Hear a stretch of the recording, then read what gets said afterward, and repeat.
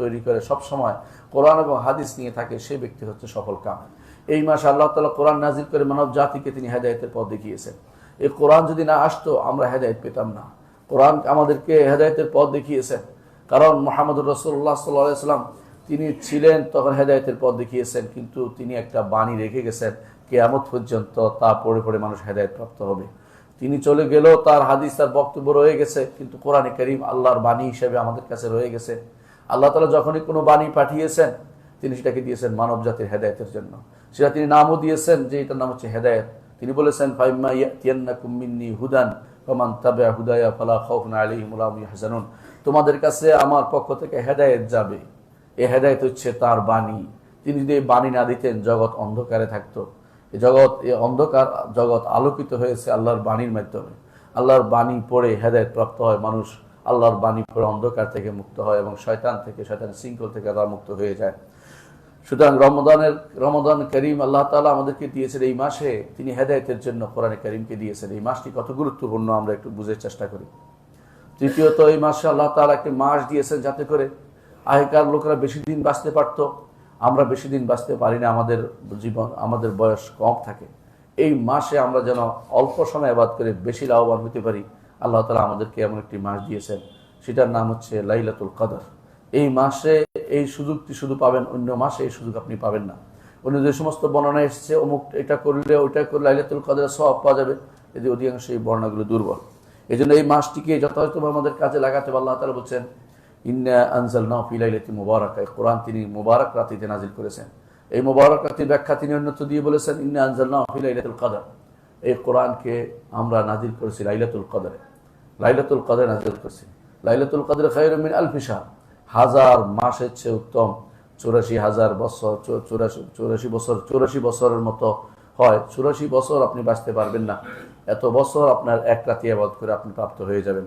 এই সুযোগ আপনার আমার জন্য রয়েছে, এই সুযোগ কোনোদিন হেলায় নষ্ট করবেন না এবং সেগুলোকে যত কাজে লাগাতে হবে। এই মাসটি এত গুরুত্বপূর্ণ এই জন্য। এই মাসে আল্লাহ তাআলা আমাদের জন্য সিয়াম, কিয়াম এবং এই মাসে ঈমান ইহতিসাব, যদি কোনো আমরা আল্লাহর উপর ঈমান যথাযথ ঠিক থাকে এবং সওয়াবের আশা যথাযথভাবে করতে পারি, অবশ্যই আমাদের গুনাহসমূহ ক্ষমা নিতে পারবো। কারণ রাসূলুল্লাহ সাল্লাল্লাহু আলাইহি ওয়াসাল্লাম আমাদেরকে সেটা জানিয়েছেন এবং সেটা দ্বারা আমরা সওয়াব, একদিকে সওয়াব যেমন কামাবো, আরেকদিকে তেমনি গুনাহ খেয়ে আমরা আমাদের পথ থেকে দূরে সরে দিতে পারবো। গুনাহ আমাদের আমল নামা যে গুনাহ লেখা হয়েছে সেগুলিকে আমরা মুক্ত করতে পারবো। এই মাসে আল্লাহ তাআলা জান্নাতের দরজাগুলো খুলে দেন এবং জাহান্নামের দরজাগুলো বন্ধ করে দেন এবং যে সমস্ত শয়তানগুলো খুবই খারাপ শয়তান সেগুলিকে আল্লাহ তাআলা বেঁধে রাখেন। কেন বেঁধে রাখেন? এই জন্য যে এই মাসে জান্নাতের দরজাগুলো খুলে দেন যাতে করে জান্নাতের কাজ যারা করবে তাদের জন্য সেটা তারা সহজ হয়ে যায়। জাহান্নামের দরজাগুলো বন্ধ করে দেন যাতে করে জাহান্নামের কাজ যেন কেউ না যায় এবং একজন নেমে আসে, ফেরেশতা বলতে থাকেন ইয়া বাগিয়াল খাইর আকবিল, যে কল্যাণ চায় সে যেন এগিয়ে আসে, আর যে অকল্যাণ করে সেই জন্য নিজেকে অন্য কাজে ব্যস্ত রাখে, অকল্যাণ যেন না করে। সেজন্য এই মাসটি হচ্ছে আপনার আমার জন্য আল্লাহর পক্ষ থেকে একটি বিশাল হাদিয়া। এই মাসে আমাদের কিছু কাজ করতে হবে, কারণ আল্লাহ নিজের জান্নাত খুলে দিয়েছেন, দরজা খুলে দিয়েছেন, ঢুকার চেষ্টা করতে হবে, শুধুমাত্র ঢুকার চেষ্টা করতে হবে। দরজা খুলে দিয়েছেন, জাহান্নামের দরজা বন্ধ করে দিয়েছেন। এই মাসের সম্মানে আমল করবে যারা, তিনি হাদিসে আছে রাসূলুল্লাহ সাল্লাল্লাহু আলাইহি ওয়াসাল্লাম বলেছেন যে তিনি বলতে থাকেন যে আমার বান্দারা হচ্ছে ক্ষুধা পিপাসা নিয়ে হাজির হবে, তুমি নিজেকে সাজিয়ে নাও। জান্নাতকে তিনি সেভাবে সাজিয়ে নেন আমাদের জন্য। আল্লাহ তাআলা যেটা সাজিয়ে নিয়েছেন সেটা কাজে লাগাতে হবে, সেটাকে অবশ্যই সেটার জন্য চেষ্টা করতে হবে, প্রচেষ্টা চালিয়ে যেতে হবে। রাসূলুল্লাহ সাল্লাল্লাহু আলাইহি ওয়াসাল্লাম বলেছেন ইযা জাআ রমাদান ফুতিহাত আবওয়াবুল জান্নাহ, যখন রমাদান আসে জান্নাতের দরজাসমূহ খুলে দেওয়া হয়, গুলিকাত আবওয়াবুন নার, জাহান্নামের দরজাসমূহ বন্ধ করে দেওয়া হয়, সুফিদাতিশ শায়াতিন, এবং শয়তানদেরকে বেঁধে ফেলা হয়। এটা বুখারী মুসলিম হাদিসে এসেছে। অনেকে মনে করতে পারেন যে শয়তান বেঁধে দিলেও আমরা অন্যায়কারী, অনেকেই তো অন্যায় করে। কারণ আসলে শয়তান বেঁধে দেওয়া ছাড়াও আমাদের নফসে আম্মারা তো খারাপ কাজে আমাদেরকে লিপ্ত করে। এটা তো নফসে আম্মারা গত 11 মাস যে সমস্ত আমার উপর দিয়ে প্রভাব বিস্তার করেছে তা তো আরও 11 মাস চলতে পারে, এত বেশি আমার উপর দিয়ে প্রভাব সে রেখে গেছে। সুতরাং আপনি এটা বোঝার কোনো কারণ নাই যে রমজান মাসে সব কাজ খারাপ কাজ বন্ধ হয়ে যাবে, কারণ আমাদের উপর যে সমস্ত অন্যায় কাজের ফিরিস্তি দিয়ে গেছে শয়তান, সেগুলো অনেকদিন চলতে পারে যদি তওবা করে আমরা সেখান থেকে ফিরে না আসি। আল্লাহ তাআলা বেঁধে দিয়েছেন শয়তানগুলোকে, কিন্তু সেগুলোর প্রভাব তো আমাদের উপর রয়ে গেছে। সেই জন্য আমাদেরকে এই মাসে এমন কাজ করতে হবে যাতে শয়তান আমাদের আশেপাশে আর কোনোদিন ভিড়তে না পারে। সম্মানিত মুসলিয়ান, এই মাস এমন একটি মাস যে মাসে আল্লাহ তাআলা মানুষদেরকে জাহান্নাম থেকে মুক্ত করেন। এবং হাদিসে আছে রাসূলুল্লাহ সাল্লাল্লাহু আলাইহি ওয়াসাল্লাম বলেছেন, লিল্লাহি ইনদা কুল্লি ফিতরিন ওয়াতাকা, আল্লাহ তাআলা প্রতি ইফতারের সময় কিছু মানুষকে জাহান্নাম থেকে মুক্ত করে দেন। হাদিসটি ইমাম আহমদ বর্ণনা করেছেন এবং সনদ তার সমস্যা নেই, লা বাসা বিহি, কোনো অসুবিধা নেই। অর্থাৎ ইফতারের সময় তিনি কিছু মানুষকে মুক্ত করে দেন জাহান্নাম থেকে, কিছু মানুষের ঘাড়কে মুক্ত করে দেন। অন্য হাদিসে আছে রাসূলুল্লাহ সাল্লাল্লাহু আলাইহি ওয়াসাল্লাম বলেছেন, ইন্না লিল্লাহি ওয়াতাকা ফি কুল্লি ইয়াউমিন ওয়া লাইলা, রাত দিনের মধ্যে কিছু, প্রতিদিনেই তিনি কিছু মানুষকে জাহান্নাম থেকে মুক্ত করে দেন, ঘাড়গুলোকে, কিছু মানুষের ঘাড়কে জাহান্নাম থেকে মুক্ত করে দেন। অনেকে বলতে পারেন যে আমাদের সমাজে প্রচলিত আছে যে এই মাসের প্রথম অংশ রহমত, দ্বিতীয় অংশ ক্ষমা, তৃতীয় অংশ জাহান্নাম থেকে মুক্তির বিষয়টা, এরকম কোনো সহিহ হাদিসে আসেনি। হাদিসটি আসছে এবং হাদিসটি খুব একটা লম্বা হাদিসে আসছে, সেটা আসলে মুজাম্মাল কাবরিল তাবরানীতে আসছে। হাদিসটা আসলে সহিহ নয়, হাদিসটা আসলে সহিহ নয়। তবে অবশ্যই এই মাসের প্রতি অংশে রহমত আছে, প্রতি অংশেই ক্ষমা আছে, প্রতি অংশেই জাহান্নাম থেকে মুক্তি পাওয়ার বিষয় আছে। ভাগ না করে প্রতি অংশেই বলা যাবে। এই জন্য আমাদের শেখ মোহাম্মদ বিন সালেহ আল উসাইমিন তার রমজানের 30 আসর গ্রন্থে এই কথাটি উল্লেখ করেছেন। অনেকে এটা না বুঝে ওনার উপর দোষ দিচ্ছে, তিনি উল্লেখ করেছেন। কারণ হচ্ছে এই মাসে রহমতও চাইতে হবে, ক্ষমাও চাইতে হবে এবং জাহান্নাম থেকে মুক্তির জন্য নিজেকে আবেদন তৈরি করতে হবে যে আল্লাহ যেন আমাকে আজকের দিনে, আজকে আমাদেরকে ক্ষমা করে দেন। প্রতিদিনই যেন এরকম হয় যে প্রতিদিনই তিনি আমাদেরকে ক্ষমা করে দেন, আমাদেরকে জাহান্নাম থেকে মুক্তির ব্যবস্থাপনা করে দেন। এই মাস এমন একটি মাস যেখানে দোয়া করলে কবুল হবে। আল্লাহ তাআলা কোরআনে কারীম বলেছেন, আল্লাহ তাআলা কোরআনে কারীম বলেছেন, ওয়াইজা সাআলাকা ইবাদি আন্নী ফাইন্নী করিবুন উজিবু দাওয়াতাদ দাঈ ইযা দাআন, আমার বান্দারা যখন আমার কাছে আমার সম্পর্কে জিজ্ঞাসা করে তখন আপনি বলুন যে আমি নিকটে। এটুকু বলে তিনি আল্লাহ তাআলা শেষ করেননি। তারপর তিনি বলেছেন, উজিবু দাওয়াতাদ দাঈ ইযা দাআন, আমার বান্দা যখন আমাকে ডাকে আমি তার ডাকে সাড়া দেই। এর অর্থ হচ্ছে সাড়া দেওয়ার জন্য নিকটে, কিন্তু তিনি আরশের উপরে। এটা বিশ্বাস করতে হবে। এর বাইরে অন্য কোনো বিশ্বাস ইমানকে নষ্ট করে দিবে। কেউ যদি মনে করে যে আল্লাহ তাআলা তার শাহরগের কাছে, এই ভুল সাংঘাতিক মারাত্মক ধরনের ভুল। কারণ আপনি দেখবেন ইমাম তাফসীর ইবনে কাসির রাহমাতুল্লাহ তার তাফসীরে লিখেছেন যেখানে নাহনু আকরাবু মিন হাবলিল ওয়ারিদ, অথবা কোরআনে কারীমের মধ্যে বলা হয়েছে, কোরআনে কারীমে নাহনু আকরাবু ইলাইহি মিনকুম ওয়ালাকিন লা তুবসিরুন। ইমাম ইবনে কাসির রাহমাতুল্লাহ আলাইহি উভয় জায়গার তাফসীর দেখবেন তিনি অর্থ করেছেন ফেরেশতারা। এটাই বিশুদ্ধ, যে সাধারণ করব যেটাকে বলা হয় এটা আল্লাহ তাআলার জন্য নির্ধারিত হবে না। আল্লাহ তাআলা বিশেষ নৈকট্য আল্লাহ তাআলা নির্ধারিত হবে। তিনি বান্দা যখন আমল করে, বান্দা যখন আল্লাহকে ডাকে তখন কবুল করার জন্য, তার ডাকে সাড়া দেওয়ার জন্য তিনি আরশের উপর থেকেও বান্দার নিকটে। যখনই বান্দা আল্লাহকে ডাকে আল্লাহ তার ডাকে সাড়া দেন। এই জন্য এই নৈকট্যই অর্থ হবে, অন্য কোনো নৈকট্য নয়। তিনি আরশের উপরে, কেউ যদি মনে করে তিনি সর্বত্র অথবা তার ঘাড়ের কাছে অথবা তার কলবের ভিতরে, সে ব্যক্তি ইমানদার হইতে পারেনি, তাকে আল্লাহকে চিনতে পারেনি, এখনো ইমানদার হওয়ার মতো যোগ্যতা অর্জন করেনি। এজন্য ইমানদার সব সময় চিন্তা করে বিশুদ্ধ আকীদা পোষণ যেমন করবে তেমনি আল্লাহকে ডাকবে। এই দোয়া এই রমাদান মাসের বিশেষ একটি বৈশিষ্ট্য, যে রমাদান মাসে আল্লাহ তাআলাকে ডাকার বিষয় রয়েছে। রাসূলুল্লাহ সাল্লাল্লাহু আলাইহি ওয়াসাল্লাম হাদিসে এসে তিনি বলেছেন, ইন্না লিল্লাহি ফি কুল্লি ইয়াউমিন ওয়া লাইলাতিন দাওয়া, আল্লাহর জন্য এই রমাদানের প্রতি দিন এবং রাত্রিতে বিশেষ দোয়ার ব্যবস্থাপনা রেখেছেন। এমন একটা সময় আসতে পারে যে সময় আপনি দোয়া করছেন আর আল্লাহ কবুল করে ফেলছে। এই জন্য রমাদান মাসে দোয়া করবেন, সব সময় দোয়ার মধ্যে নিজেকে নিরত রাখবেন। বিশেষ করে যে সময় দোয়া করলে কবুল হয়, জাওফুল লাইল, রাতের মাঝখানে অথবা শেষ রাত্রে তাহাজ্জুদের সময়, অথবা তারাবির শেষে, অথবা আযান ও ইকামতের মাঝে, এই সময়গুলোতে দোয়া করলে আল্লাহ তাআলা কবুল করেন। এবং সালাতের শেষ বৈঠকে এবং সাজদার মধ্যে এইগুলোতে দোয়া করবেন। রমাদান মাসে এই দোয়াগুলো যেন আপনার থাকে। রমাদান মাস চিন্তা করবেন আমার জীবনের হতে পারে শেষ মাস, এমন হতে পারে যে আমার জীবনে একটা মৌসুম, যে মৌসুমকে আমি নষ্ট করতে পারি না। আল্লাহ তাআলা প্রত্যেক জীবনের প্রতিটি ক্ষেত্রে মৌসুম দিয়েছেন। তেমনিভাবে রমাদান মাসে আপনাকে মৌসুম দিয়েছেন নেক কামানোর জন্য, বদ জিনিস ত্যাগ করার জন্য একটা বিশেষ সুযোগ আপনার জন্য দিয়ে দিয়েছেন।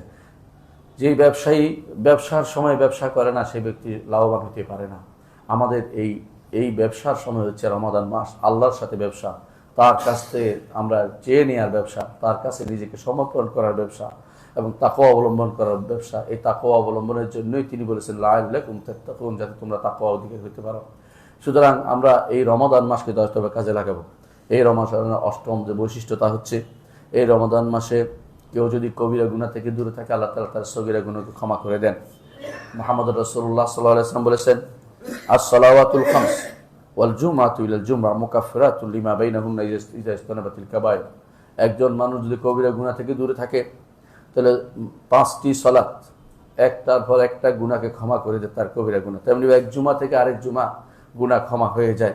আবার এক রমাদান থেকে আরেক রমাদান পর্যন্ত গুনাহগুলি ক্ষমা হয়ে যায় যদি কেউ কবিরা গুনাহ থেকে বাঁচতে পারে। অনেকে বলতে পারেন কবিরা গুনাহ থেকে বাঁচতে পারি না।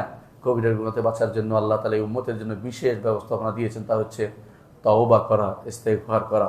এবং আগের উম্মত ছিল কিন্তু তাদের তওবার আরো ভিন্নতা ছিল, সেখানে আবার বেশি বড় গুনাহ হলে সেখানে হত্যার বিধানও ছিল। ফাকতুলু আনফুসাকুম যে আল্লাহ তাআলা কোরআন কারীম বলেছেন, কিন্তু আমাদের জন্য সেটা তওবা ইস্তেগফার বিশেষভাবে খাঁটিভাবে আল্লাহর দিকে ফিরে আসা, এটাকেই স্পেশালি এই উম্মতের জন্য ছাড় দেওয়া হয়েছে, বিশেষ করে যাতে করে তওবা করে গুনাহ থেকে বাঁচতে পারি। কেউ যদি বড় গুনাহ থেকে বেঁচে থাকে আল্লাহ তাআলা বলেছেন ইনতাজতানিবু কাবায়িরা মা তুনহাউনা আনহু নুকাফির আনকুম সাইয়্যাতিকুম। বড় গুনাহ থেকে বাঁচতে পারলে ছোট গুনাহগুলোকে আল্লাহ ক্ষমা করে দিবেন। সুতরাং ঈমানদার বড় গুনাহ থেকে বেঁচে থাকবে।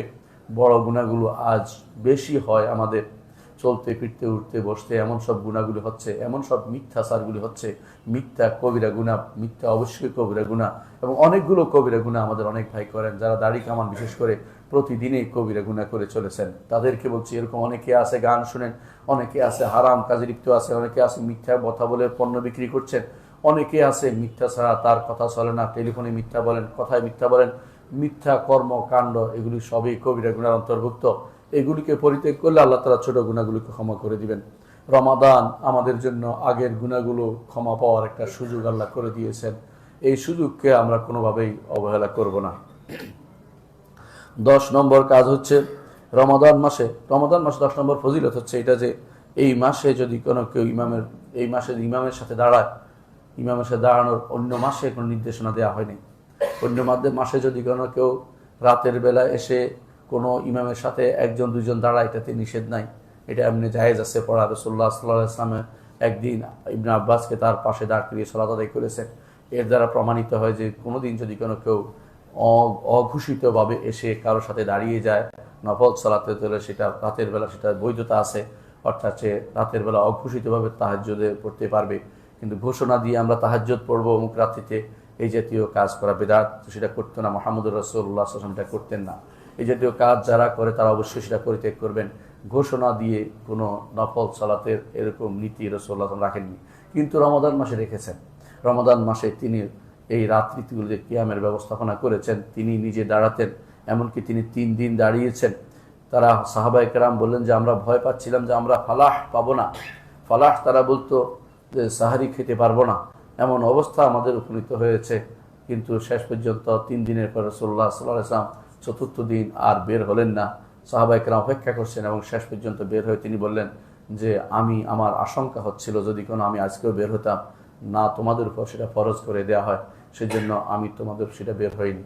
যখন রাসূলুল্লাহ সাল্লাল্লাহু আলাইহি ওয়াসাল্লাম দুনিয়া থেকে চলে গেলেন, আবু বকর খলিফা হলেন, তিনি মুরতাদদের দমনে ব্যস্ত ছিলেন, এজন্য এই সুন্নতকে জারি করতে পারেননি।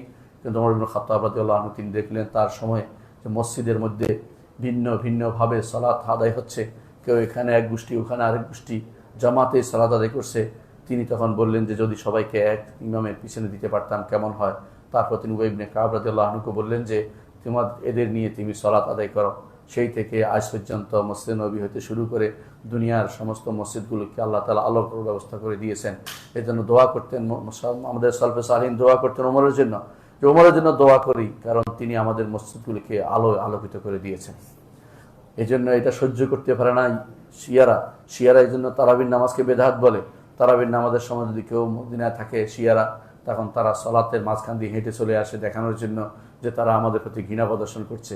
শিয়াদেরকে পছন্দ করার কোনো কারণ নেই। শিয়ারা হচ্ছে উম্মতে মুসলিমার ক্যান্সার, তাদেরকে যে কোনো জায়গায় প্রতিহত করা এবং তাদের বিরুদ্ধে কথা বলা ইমানদারের দায়িত্ব। যদি চুপ থাকেন তথাকথিত ঐক্যের নাম ধরে, তাহলে আপনি ইমান ও আমলকে বরবাদ করবেন, এটা আপনাকে মনে রাখতেই হবে। শিয়ারা আমাদের জন্য কোনো উপকার কোনোদিন বয়ে আনেনি, উম্মতে মুসলিমার জন্য যত ক্ষতি এবং যত অন্যায় কাজ, যত কিছু উম্মতে মুসলিমাকে বিনষ্ট করার জন্য যত ষড়যন্ত্র এই শিয়াদের মাঝে হয়েছে, আজও যুদ্ধগুলো লাগিয়ে রেখেছে উম্মতে মুসলিমার মধ্যে। শিয়ারাই শুধুমাত্র যুদ্ধগুলো লাগিয়ে রেখেছে, সেগুলো আমাদের জানতে হবে। এই রমাদান মাসে এই জামাতের সাথে সালাত আদায়ের সুযোগটি, নফল সালাত আদায়ের সুযোগটি আমরা দেখতে পাই এই রমাদান মাসে আল্লাহ তাআলা ব্যবস্থাপনা করে দিয়েছেন। সুতরাং এটাকে কাজে লাগাতে হবে। রাসূলুল্লাহ সাল্লাল্লাহু আলাইহি ওয়াসাল্লাম বলেছেন, মান কামা মা'আল ইমাম হাত্তা ইয়ানসারিফ কুতিবা লাহু কিয়ামুল লাইলা। শায়খুল আলবানী হাদিসটিকে সহিহ বলেছেন। এর অর্থ হচ্ছে যেই ব্যক্তি রাতে ইমামের সাথে দাঁড়াবে ইমাম ফেরা পর্যন্ত, তার কিয়ামুল লাইলা হয়ে যাবে। কষ্ট করে ইমাম শেষ হওয়া পর্যন্ত পড়বেন। ইমাম যা পড়ে তা 10 পড়ুক, 20 পড়ুক, 15 পড়ুক, 16 পড়ুক অথবা 21 পড়ুক, যেটাই পড়ুক, ইমামের সাথে ঝগড়ায় লিপ্ত না হয়ে যতটুকু পারেন ততটুকু পড়বেন। ইবনে তাইমিয়া রাহমাতুল্লাহ আলাইহি বলেন, সাহাবায়ে কেরাম কত পড়েছেন এ নিয়ে তর্ক করা যাবে না। কারণ হচ্ছে সাহাবায়ে কেরামের মধ্যে বিভিন্ন রকমের বর্ণনা আছে। কেউ সারা রাতও পড়তেন, সুতরাং কেউ 8-এর বেশি পড়েন নাই এমন বক্তব্য দেওয়া যাবে না। 8-এর বেশি পড়েন নাই এমন বক্তব্য রাসূলুল্লাহ এমন বক্তব্য সাহাবায়ে কেরাম থেকে বর্ণিত না। 8-এর বেশি পড়েন না আয়েশা রাদিয়াল্লাহু আনহা থেকে বর্ণিত, তিনি বলছেন রাসূলুল্লাহ সাল্লাল্লাহু আলাইহি ওয়াসাল্লাম করেননি। রাসূলুল্লাহ সাল্লাল্লাহু আলাইহি ওয়াসাল্লাম রমাদান এবং গায়ের রমাদান তিনি 8 রাকাত পড়েছেন, এটা রাসূলুল্লাহ সাল্লাল্লাহু আলাইহি ওয়াসাল্লাম হাদিস দ্বারা প্রমাণিত। কেউ যদি বলে যে আমি এটাই পড়বো, তাহলে তিনি আমল করতে পারেন, অসুবিধা নেই। কিন্তু কেউ যদি বেশি পড়ে নিষেধ করতে পারেন না, কারণ সাহাবায়ে কেরাম রাসূলের যুগেই বেশি পড়তেন এবং এত বেশি পড়তেন যে মাঝে মধ্যে রাসূলুল্লাহ সাল্লাল্লাহু আলাইহি ওয়াসাল্লাম বলতেন, আলাইকুম বিমা তুতিকুন, যতটুকু পারো অতটুকু করো। কিন্তু রাসূল বলেন নাই সাবধান, কেউ 8-এর বেশি পড়তে পারবে না। সুতরাং 8 নিয়ে বাড়াবাড়ি করা কখনো বৈধ না। রাসূলুল্লাহ সাল্লাল্লাহু আলাইহি ওয়াসাল্লাম বলেছেন যে, জিজ্ঞাসা করেছে ইয়া রাসূলুল্লাহ সালাতুল লাইল কি করব? তিনি বলেছেন মাসনা ওয়া মাসনা, 2 রাকাত করে পড়ো। ফাইজা খাশিয়া আহাদুকুমুল, তোমাদের কেউ যখন ভয় করবে, সুবহ ফজরের সালাতের ভয় করবে, ফজরের ভয় করবে, সবে সাদিক নাজিল হয়ে যাবে, ফাল ইউতির এক রাকাত পড়ে যেন বিতির বানিয়ে নেয়। কখনো 8 রাকাত নিয়ে কোনো ঝগড়া আমাদের মধ্যে যেন না থাকে। 8 রাকাত হোক, বেশি হোক, কম হোক, কোনো সমস্যা নেই। কেউ যদি নাও পড়ে তারও সমস্যা নেই। এই কারণে মসজিদ ভাগ করা অথবা এই কারণে কাউকে সালাফি গায়রে সালাফি নাম দেওয়া, এটা সম্পূর্ণরূপে অবৈধ কাজ, এটা কখনো করা যাবে না। কারণ আপনারা জানেন যে রাসূলুল্লাহ সাল্লাল্লাহু আলাইহি ওয়াসাল্লামের সুন্নাত 3টি, তিনি অনুমোদন যেটা করেছেন, মুখে যা বলেছেন এবং যা করেছেন 3টি সুন্নত। রাসূলুল্লাহ সাল্লাল্লাহু আলাইহি ওয়াসাল্লামের যুগে শুধু 8 রাকাত পড়া হতো না, সাহাবায়ে কেরাম এরপরে অনেক বেশি পড়তেন। তার প্রমাণ আমরা সাহাবায়ে কেরাম জীবনের সিরাতে দেখতে পাই। বরং এর চেয়ে বেশি পড়তেন, তার প্রমাণও আমরা অনেক জায়গায় দেখতে পাই। রাসূলুল্লাহ সাল্লাল্লাহু আলাইহি ওয়াসাল্লাম মসজিদে এসে দেখলেন যে টানিয়ে রাখা হয়েছে রশি, বসে এই রশি কেন? বলে জয়নব টানিয়ে রাখছেন, যখন ঘুম আসে সালাতুল লাইলে ঘুম আসলে যেন টান পড়ে, এই জন্য তিনি যেন উঠতে পারেন। বলতে এটা ঠিক নয়, তোমরা যা পারো তা করো। এটা বলেন না যে সাবধান, আমি যা পড়ছি এর বেশি পড়বে না, এটা বলেন নাই। সুতরাং কোনো ব্যক্তি যেন নিয়ে ঝগড়া না করে। রমাদান মাসে কিয়ামটা হচ্ছে সুন্নাহ। এই সুন্নাহকে বাস্তবায়ন করবেন। সুন্নাহ নিয়ে ঝগড়া বিবাদের বিষয় নয়। যথাযথভাবে এটা বোঝার চেষ্টা করবেন। যে কেউ বেশি বাড়াবাড়ি করে বুঝবেন যে সে অতি বাড়াবাড়িতে লিপ্ত রয়েছে এবং তার থেকে হাত গুটিয়ে নেবেন। এটা কখনো ইমানদারের কাজ হতে পারে না যে যেগুলো শরীয়ত উন্মুক্ত রেখেছে এই জায়গাতে এসে বাড়াবাড়ি করবে। বাড়াবাড়ি নয়, ছাড়াছাড়িও নয়, একেবারে আপনার 20-এ পড়তে হবে সেটাও ঠিক নয়, আবার 8-এ শুধুমাত্র সীমাবদ্ধ থাকতে হবে এটাও ঠিক নয়। যার যতটুকু আল্লাহ সামর্থ্য দিয়ে ততটুকু পড়বেন। তবে একটি সুযোগ রয়েছে, সারা রাত আপনি সালাত আদায়ের সুযোগ পাবেন যদি কোনো আপনি রাতের বেলা ইমামের সাথে পড়ে আপনি ফিরে আসতে পারেন। মান সাল্লা মা'আল ইমাম হাত্তা ইয়ারজা কুতিবা লাহু কিয়ামুল লাইল। এমনকি ইমাম যদি বিতির পড়ে আপনি তার সাথেও বিতির পড়বেন, কারণ ইমামের সাথে প্রত্যাবর্তন করতে হলে বিতিরটা অবশ্যই আপনার জন্য জরুরি। সালাত এটা ইমাম যদি সালাতের পরে বেদাত করে সেটা করবেন না, কারণ সালাত শেষ হয়ে গেছে। এর অর্থ হচ্ছে সালাত যতক্ষণ ইমামের আছে ততক্ষণ আপনি পড়বেন। সে যাই পড়ুন, তিনি 10 পড়ুন, 20 পড়ুন অথবা তিনি 36 পড়ুন। ইমাম মালিক রাহমাতুল্লাহ যুগে 36 রাকাত হতো, সেটাতেও কেউ কোনোদিন কোনোদিন বলেন নাই যে সেটা বেদাত হবে। ইবনে তাইমিয়া রাহমাতুল্লাহ আলাইহি বলেন যে সাহাবায়ে কেরামের যুগে এমন ছিল যে কালা বিল মেইন 100 রাকাতে কেউ 100 রাকাতে 100 আয়াত কেউ পড়তেন। কেউ বলছেন মেইন বলতে 100 আয়াত না বুঝে বোঝানো হবে 100 আয়াত বিশিষ্ট সূরা দিয়ে এক একটা রাকাত পড়তেন। 100 আয়াত বিশিষ্ট সূরা দিয়ে এক একটা রাকাত পড়তেন। এর কত সময় লাগে একটু চিন্তা করে দেখুন। রাসূলুল্লাহ সাল্লাল্লাহু আলাইহি ওয়াসাল্লাম এটাই ছিল হাদিসে, কানু ইয়াকরাউনা বিল মেইন। এবং কেউ বলতেছে এত লম্বা সময় দাঁড়াতেন যে তার কেউ লাঠিতে ভর দিতে বাধ্য হতেন, যে কারণ দাঁড়াতে পারতেছে না, পায়ে ব্যথা হয়ে যেত। সুতরাং বোঝা গেল যে যেমনিভাবে আপনি সংখ্যা গুনছেন তেমনিভাবে কোয়ালিটিও একটু ঠিক রাখবেন। কোয়ালিটি এবং কোয়ান্টিটি উভয়টাই কিন্তু সুন্নত। শুধুমাত্র সংখ্যা গণা যেমন সুন্নত না, শুধু কোয়ালিটির দিকে তাকাবেন না, উভয়টাই আপনি খেয়াল রাখার চিন্তা করবেন। কোয়ালিটি এবং কোয়ান্টিটি দুটোই আপনি দেখতে হবে। সুতরাং রমাদান মাসে ইমামের সাথে এই কিয়ামটা আপনি করবেন যতটুকু আল্লাহ তাআলা আপনাকে সামর্থ্য দিয়েছে। যদি ঠিকমতো তার সাথে শেষ পর্যন্ত দাঁড়াতে পারেন, কিয়ামুল লাইলে আপনার জন্য লেখা হবে, এবং কিয়ামুল লাইলে লেখা হবে কি হবে, আল্লাহ আপনাকে ক্ষমা করে দিবেন। রাসূলুল্লাহ সাল্লাল্লাহু আলাইহি ওয়াসাল্লাম বলেছেন, মান কামা রমাদানা ঈমানান ওয়া ইহতিসাবান গুফিরা লাহু মা তাকাদ্দামা মিন যামবি। সুতরাং রমাদান মাসের এই কিয়াম নিয়ে বাড়াবাড়ি করা যাবে না। যতটুকু ইমাম পড়েছে ততটুকু পড়ুন, আর চেষ্টা করবেন বেশি সময় দিতে মসজিদে। 4 রাকাত পড়ে বসে যাওয়া বা 8 রাকাত পড়ে চলে যাওয়া, এটা ইমানদারের লক্ষণ হতে পারে না। ইমানদার যতটুকু পারে বাড়তি সালাত আদায় করবেন। এমনও হতে পারে একটি সাজদা আপনার জন্য আখিরাতের মুক্তির কারণ হতে পারে, এবং সেটা কোন সাজদা হবে, 8 রাকাতের পরেরটাও তো হতে পারে, 20 রাকাতের পরেও হতে পারে, 36 রাকাতও হতে পারে। ইমামরা সেভাবে পড়তেন। ইমাম ইবনে তাইমিয়া রাহমাতুল্লাহ যেটা বলেছিলেন সেটা আপনাকে মনে করে দিচ্ছি। বলছেন, যখন তারা কি করতেন, যখন দেখতেন যে কষ্ট হচ্ছে তখন রাকাত বাড়িয়ে দিতেন, রাকাতের মধ্যে একটা নাশাত আসে, প্রতি রাকাত বাড়িয়ে দিতেন। আর যখন দেখতেন তাদের মধ্যে নাশাত আছে, তৎপরতা আছে, কর্মতৎপর আছেন, ঘুম আসছে না, তখন তারা লম্বা কেরাত দিয়ে তখন সালাতটা আদায় করতেন। তখন তারা কখনো 8 পড়তেন, কখনো 20 পড়তেন, কখনো বেশিও করতেন। ইমাম মালিক রহমতুল্লাহ আলাইহির সময় তারা মক্কাবাসীদের সাথে প্রতিযোগিতা লিপ্ত হতেন ইবাদতে। মক্কাবাসীরা সাধারণত তারা 4 রাকাত পড়ে একবার কাবার তোয়াফ করে আসতো। এটা দেখে ইমাম মালিক রহমতুল্লাহ, আমাদের তো আর তোয়াফ করার জায়গা নেই, আমরা অতিরিক্ত আরও 2 রাকাত বেশি করে সালাত আদায় করবো। এইভাবে তারা 36 রাকাত পর্যন্ত তারা সালাত আদায় করেছেন। সুতরাং এই ব্যাপারে বাড়াবাড়ি না করি, নির্ধারণ না করে যে যতটুকু পারি অতটুকু পড়তে পারেন। আর কোনো ইমাম মসজিদে এসে নির্ধারণ করতেই পারেন, একদিন 8 আরেকদিন 20 পড়তে পারেন, কোনো সমস্যা নেই। একদিন 12, একদিন তিনি 21 পড়তেই পারেন, কোনো সমস্যা। একদিন 13, এইভাবে ভাগ করে তিনি পড়তে পারেন, অর্থাৎ সহ বিতির সহ পড়তে পারেন, এতে কোনো অসুবিধা নেই। এটাতে নির্ধারণ প্রতিদিনই হইতে হবে জরুরি না। ইমাম যা পড়ে তা পড়ুন, এটাই হচ্ছে কাজ। অনেকে হয়তো মনে করতে পারেন যে এই মাসে কোরআন নিয়ে দাঁড়ানোর ক্ষেত্রে হয়তো এই সিদ্ধান্ত আসতে পারে অনেকে মনে, যে কোরআন নিয়ে দাঁড়ানো বেদাত। এটা ঠিক নয়, কারণ সাহাবায়ে কেরাম কোরআন নিয়ে দাঁড়াতেন। সাহাবায়ে কেরাম যে কাজটি করেছেন এটাকে বেদাত বলা যায় না। সাহাবায়ে কেরাম যা করতেন তা কখনো বেদাত নয়, বরং সাহাবায়ে কেরামের নীতি অনুসারে আপনাকে এই কোরআন নিয়ে রমাদান মাসে আপনি সালাতে দাঁড়াবেন এবং খতম করার চিন্তা করবেন। খতম করা কোনো বেদাত নয়। এই সমস্ত এই জন্য যারা খতম করা বেদাত বলে তাদের অনেকে হেফজ করতে পারে না, এবং তাদের সন্তানরাও হাফেজ হতে পারে না, নিজেরাও কোরআন শুদ্ধ করে পড়তে পারে না। এরা বেশিরভাগই বেদাত নিয়ে, বেদাত নিজস্ব বেদাত তা চালু করে দিয়েছে। কোরআন পড়া কখনো বেদাত নয়, কোরআন খতম করা বেদাত নয়। সলবে সালের নীতি ছিল এটা। সলবে সালের নীতির বাইরে কেউ সালাফি হইতে পারে না, এটা আমাদেরকে মনে রাখতে হবে। একক কোনো ব্যক্তির বক্তব্যই সালাফি বক্তব্য নয়, এটাকে শিখে রাখতে হবে আমাদেরকে।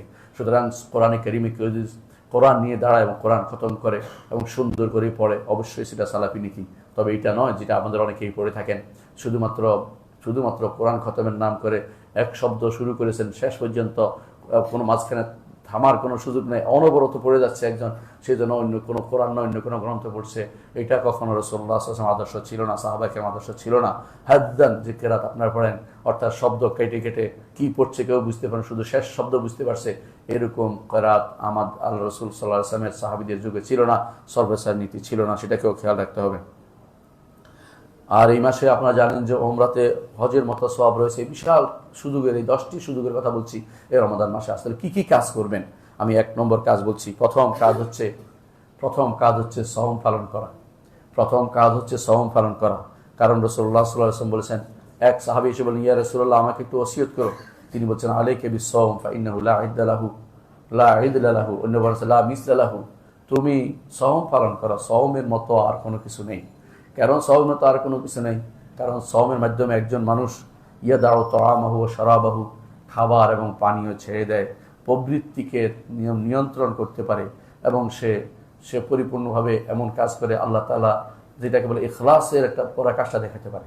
কারণ আপনি গোপনে খেয়ে ফেললে সওমটা তো আর হলো না, গোপনে কিছু পান করে সওমটা তো আর হলো না। সওম যদি হতেই হয়, যে কোনো মূল্যে আপনাকে খাবার পানীয় এবং অন্য একটি কাজ থেকে বিরত থাকতেই হবে। সুতরাং আপনি তো বুঝতেই পারছেন যে এখানে এই সওমের মতো আর কোনো কিছু হতে পারে না।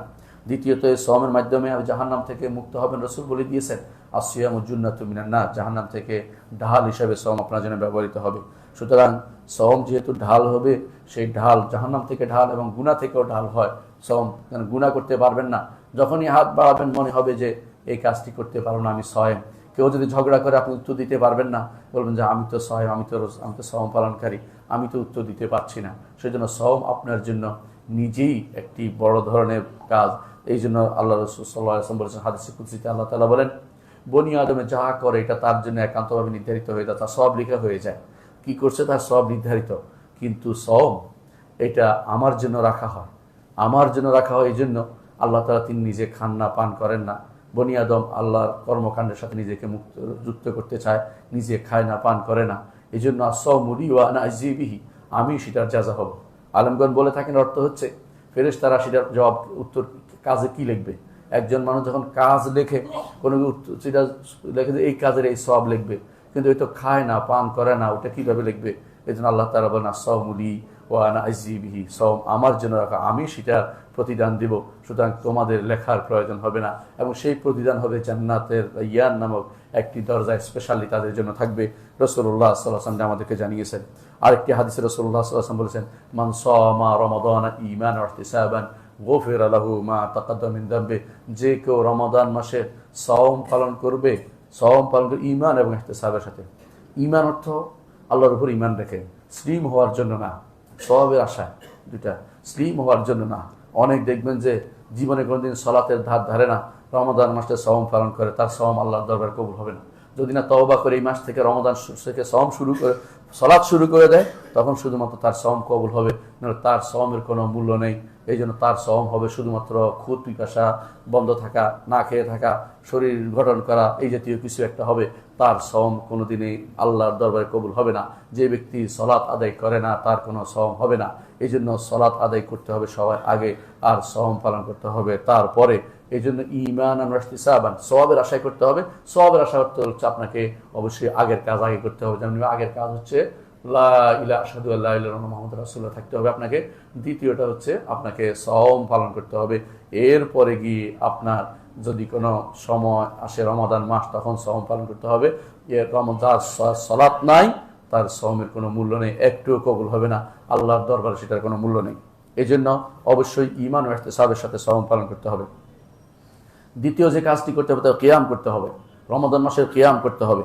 আল্লাহ তাআলা কোরআনে কারীম বলেছেন, ওয়াল্লাযীনা ইয়াবিতুনা লিরাব্বিহিম সুজদান ওয়া কিয়ামা, যারা তাদের রবের জন্য রাতের বেলা দাঁড়িয়ে থাকে সিজদা এবং কিয়াম অবস্থায়।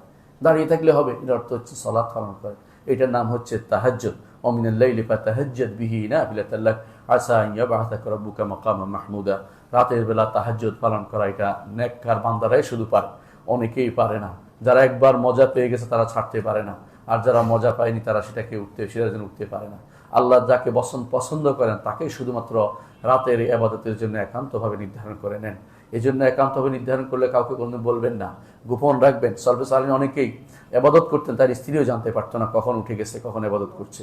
সেরকম অবস্থা রাখবেন, বলে দেওয়ার জন্য নয়, একান্তভাবে আল্লাহ আপনাকে পছন্দ করেছেন, তার অভিসারে তার সাথে কথা বলার জন্য গোপনে তার সাথে কথা বলবেন, এই সুযোগটা আল্লাহ দিচ্ছেন। কারণ শেষ রাতিতে আল্লাহ তাআলা নেমে আসেন নিকটতম আসমানে। তিনি যেভাবে নেমে আসার উপযুক্ত সেভাবে নেমে আসেন, তো অবশ্যই তিনি আরশের উপরেই থাকেন। তার নেমে আসা আমাদের নেমে আসার মতো নয়, এটা ঈমানদার বিশ্বাস করে। নেমে আসে তিনি বলতে থাকেন, হাল মিন মুস্তাগফিরিন ফাগফির লাহ, এমন কেউ কি আছে আমার কাছে ক্ষমা চাইবে, আমি তাকে ক্ষমা করে দিব। এমন কেউ কি আছে আমার কাছে কিছু চাইবে, আমি তাকে দেব। এমন কেউ কি আছে আমার কাছে দোয়া করবে, আমি তার দোয়া কবুল করব। সেজন্য রমাদান মাসে এই সুযোগটি আমরা নিতে পারি। প্রথম রাতিতে ইবাদতের মাধ্যমে যেটা হয় সেটাও তাহাজ্জুদের আরেক নাম তারাবি। তারাবি, তাহাজ্জুদ, কিয়ামুল লাইল, সালাতুল লাইল একই জিনিস, কোনো পার্থক্য নেই। প্রথম রাতিতে পড়লে তারাবি বলে, শেষ রাতিতে বলে তাহাজ্জুদ বলে, এগুলি কোনো পার্থক্য নেই। এই জন্য অনেকে মনে করে থাকেন যে হারামাইন শরীফাইনে 8 রাকাত 10 রাকাত পড়া হয়, এতে মহা খুশি এক একজন। তো খুশি হওয়ার কিছু নেই। শেষের 10 দিনে তো বেশি পড়া হয়, এরা তো শেষের দিন বেশি পড়ে। মনে রাখবেন যে বেশি দিয়ে পড়তেছে অর্থ হচ্ছে এটা জায়েজ মনে করে তারা। কম পড়ার জন্য বিভিন্ন কারণে তারা এখন কম পড়ছে, হতেই পারে। একসময় বেশি পড়তো, আবার যদি কোনো আরও কম পড়ে, এটার কোনো দলিল হয় না। দলিল হবে কোরআন এবং সুন্নাহর আমল। এবং তারা যে শেষ 10 দিন বেশি পড়ে সেটা তো বলেন না, শেষ দিন বেশি পড়ে, এটা কি বলবেন? তারাবি তাহাজ্জুদ একই সালাত। এই জন্য ওমর ইবনে খাত্তাব রাদিয়াল্লাহু আনহু বলেছেন যে নি'মাতুল বিদআতু হাযি, কত সুন্দর এই সুন্দর পরিকল্পনা হচ্ছে এটা। এই বিদআত তো লুগাবি বিদআত, অর্থাৎ এটা কোনো শারঈ বিদআত নয়। শারঈ বিদআত হয় নতুন কিছু বানালে, এটা বানানো অর্থাৎ এই পদ্ধতিতে আমি যে মসজিদটাকে আলোকিত করে দিলাম কত সুন্দর হলো, এটাকে তিনি বিদআত হিসেবে বলছেন। এবং তারপর বলেছেন ওয়াল্লাতী তানামুনা আনহা আফদাল, যেই সালাত থেকে ঘুমিয়ে থাকো এটা অবশ্যই এর থেকে উত্তম, অর্থাৎ শেষ রাত্রি পড়া বেশি উত্তম। কিন্তু যদি জামাতের সাথে হয় তাহলে প্রথম রাকাতে উত্তম, কারণ জামাতের সাথে প্রথম রাতে উত্তম, কারণ জামাতের সাথে সওয়াব বেশি। বহুগুণ সব বেশি। অনেকে মনে করে থাকেন শেষ রাতে পড়বো, প্রথম রাতে পড়বো না, প্রথম রাতে পড়বো না, ঠিক নয়। বরং প্রথম রাত্রিতে যদি জামাতের সাথে পড়া হয় এবং সবার সাথে পড়া হয় এটা উত্তম, এবং শেষ রাতে যদি একান্ত পড়া হয় তো এটা উত্তম। একান্ত শেষ রাত্রিতে পড়া উত্তম, কেন আল্লাহর সাথে সেটা এখন রিয়ার পথ থেকে দূরে থাকে, সেজন্য সেটা উত্তম। যেখানে জামাত হবে সেটা উত্তম বেশি, মনে রাখবেন। যেহেতু জামাত হয় এই জন্য প্রথম রাত্রিতে পড়া উত্তম। এটা আমাদের শেখ আব্দুল মোহসেন আব্বাদ হাফিজাহুল্লাহ মুসলিম নবীতে আমাদেরকে সেটা জানিয়েছেন। আমি তাকে প্রশ্ন করার পরে সেটি একজন প্রশ্ন করেছেন, হয়তো আমি প্রশ্ন করেছি মনে নেই, তিনি সে উত্তর এভাবে দিয়েছেন যে জামাত যেহেতু হয় সেখানে পড়াটাই উত্তম শেষ রাত্রি পড়াচ্ছে, অর্থাৎ শেষ রাত্রি একাকি পড়াচ্ছে। জামাতে যদি পড়ার সুযোগ যেহেতু আছে সেটা উত্তম বেশি হবে। অন্য সময়ে এইভাবে যেহেতু জামাতের সিস্টেম নেই এই জন্য শেষ রাত্রিতে পড়া উত্তম, সবসময় শেষ রাতে পড়া উত্তম। কিন্তু জামাত রমাদান মাসে শুধুমাত্র তারাবির গুরুত্ব রয়েছে, এটাকে গুরুত্বের সাথে নিতে হবে। এটা বাদ দিয়ে ঘরে শেষ রাত্রিতে পড়বো এই সিস্টেমে যাবেন না। শেষ রাতে অতিরিক্ত পড়তেই পারবেন। শেষ রাতে যদি কেউ ইমামের সাথে পড়ে গেছেন সেটা আরও পড়ছেন, কোনো সমস্যা নেই। ইমামের সাথে আপনি বিতির পড়েন নাই, বিতির পড়ে রেখে চলে গেছেন, যে ঠিক নয়, বিতির পড়ে যাবেন। শেষ রাতে অতিরিক্ত পড়লে আবার বিতির পড়তে হবে, জরুরি না। কারণ এই যে আলু আখিরা সালাতুকুম আল বিতর মিনাল লাইল, এটা হচ্ছে আমর ইস্তেহবাব, মুস্তাহাব নির্দেশ। এর তো ফরজ না যে আমাকে বিতির সব শেষেই করতে হবে, এরকম ফরজ না। সুতরাং আগে বিতির পড়লেও পরে ইচ্ছা করলে 2-4 রাকাত উঠে পড়া যায়। বিশেষ করে যখন সেহরির জন্য উঠবেন তখন আপনি 2 রাকাত 4 রাকাত পড়তে পারবেন। আপনার খাবার তৈরি হওয়া পর্যন্ত 2টি রাকাত পড়েন। হয়তো এমন হতে পারে এই 2টি রাকাত আপনার জীবনের জন্য মোড় অন্যদিকে ঘুরিয়ে দিবে, আল্লাহ তাআলা আপনার জন্য জান্নাতকে নির্ধারণ করে দিবেন। এজন্য কিয়ামত অবশ্যই করবেন। রাসূলুল্লাহ সাল্লাল্লাহু আলাইহি ওয়াসাল্লাম স্ত্রী আয়েশা রাদিয়াল্লাহু আনহা এই অবশ্যই করবেন। রাসূলুল্লাহ সাল্লাল্লাহু আলাইহি ওয়াসাল্লাম স্ত্রী আয়েশা রাদিয়াল্লাহু আনহা বলছেন যে একজনকে ওসিয়ত করছেন, তুমি কিয়ামুল লাইল ছাড়ো না। কারণ মুহাম্মদুর রাসূলুল্লাহ সাল্লাল্লাহু আলাইহি ওয়াসাল্লাম তিনি কিয়ামুল লাইল ছাড়তেন না, অথচ তার আগের পরের সকল গুনাহ আল্লাহ ক্ষমা করে দিয়েছেন। এক ব্যক্তি যার আগের পরে সকল গুনাহ আল্লাহ ক্ষমা করে দিয়েছেন তিনি হচ্ছেন মুহাম্মদুর রাসূলুল্লাহ সাল্লাল্লাহু আলাইহি ওয়াসাল্লাম। আর এক দলের ব্যাপারে বলা হয়েছে ইরমালু মা শাইতুম ফাকাদ গাফারতু লাকুম, তোমরা যা ইচ্ছে তা করো তোমাদের ক্ষমা করেন। তারা হচ্ছে বদরেরা।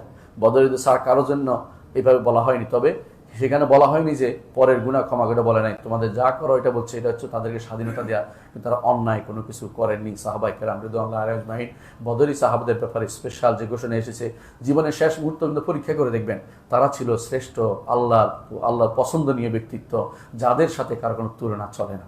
এই জন্য যার আগে পরে সমস্ত গুনাহ ক্ষমা করে তিনি হচ্ছেন সৈয়দুল খালক মুহাম্মদুর রাসূলুল্লাহ সাল্লাল্লাহু আলাইহি ওয়াসাল্লাম। আর যাদের ব্যাপারে আল্লাহ তারা পছন্দ করছে তাদেরকে বলছেন যা ইচ্ছা তা করো। এর অর্থ যে তোমাদেরকে এখন যত ইচ্ছা করতে পারো, তোমাদের আল্লাহ সন্তুষ্টি এসেছে, অন্যায়ের দিকে তোমাদের পা যাবে না, সেভাবে আল্লাহ তাআলা তাদেরকে নিয়ন্ত্রণ করে দিয়েছেন। আল্লাহর বিশেষ রহমতে তাদেরকে আল্লাহ তাআলা বিশেষ ফজিলত দান করে দিয়েছেন। তৃতীয় যে কাজটি করতে হবে রমজান মাসে, তা হচ্ছে সাদাকা দিবেন বেশি বেশি করে। রমজান মাসে বেশি বেশি দান করবেন। রাসূলুল্লাহ সাল্লাল্লাহু আলাইহি ওয়াসাল্লাম বেশি বেশি দান করতেন, এমনিতেই তিনি বেশি দান করতেন। আর রমাদান মাসে তিনি বেশি দান করতেন, আরও বেশি দান করতেন যখন জিবরিল তার কাছে আসতেন। জিবরিলকে যখন তিনি কোরআন শোনাতেন, জিবরিলও তাকে কোরআন শোনাতেন। এই জন্য রমাদান মাসে দান করবেন সবচেয়ে বেশি।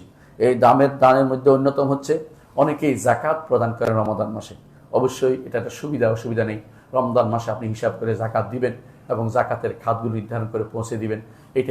এটা একটা ভালো কাজ, অসুবিধা নেই এটাতে। অন্য সময় আপনার মাস পুরো হইতে পারে, রমজান মাসেই যে আপনার বছর পুরো হচ্ছে এটা তো ঠিক নয়। আপনাকে কমিয়ে এনে এই মাসে দিতে অনেকে চাইবেন, যে হয়তো কারো 11 মাস হয়েছে আমি এই মাসে দিয়ে দেই, বা রমজান পর্যন্ত 11 মাস হয়েছে দিয়ে দেন, পরবর্তী এই মাস থেকে আবার গণনা করতে আপনার সুবিধা হবে। এই জন্য আপনি অগ্রিম দিয়ে দিলে কোনো অসুবিধা নেই। এই মাসে দিয়ে আপনি এই মাসে অতিরিক্ত সওয়াব কামাতে পারবেন। রাসূলুল্লাহ সাল্লাল্লাহু আলাইহি ওয়াসাল্লাম একটা হাদিসে এসেছে, তিনি বলেছেন আফদালুস সাদাকাতে সাদাকাতুল ফি রমাদান। রমাদান মাসে যে সাদাকা করা হয় সেটা হচ্ছে উত্তম সাদাকার অন্তর্ভুক্ত।